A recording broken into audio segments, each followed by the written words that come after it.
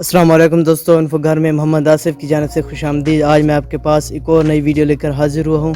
پاکستانی خوبرو اداکارہ ماہرہ خان اپنے حالیہ انٹرویو میں شادی کا سوال گول کر گئے۔ ماہرہ خان کی نئی فلم قائد اعظم زندہ باد عید الاضحیٰ پر ریلیز کی جائے گی۔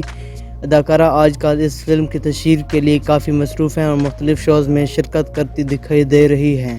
ماہرہ خان نے حال ہی میں ایک ڈیجیٹل میڈیا پلیٹ فارم کو انٹرویو دیا، جس میں انہوں نے کہا کہ وہ بھارتی اداکار شاہ رخ خان سے متعلق پوچھے جانے والے سوالوں سے اب تنگ آ چکی ہیں۔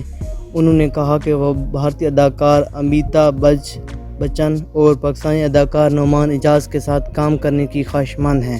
انٹرویو میں ماہرہ خان نے پاکستانی اداکار وحاظ علی کی اداکاری کو بھی سراہا۔ انہوں نے کہا کہ قائد اعظم زندہ باد ان کا سب سے الگ اور منفرد پروجیکٹ ہوگا۔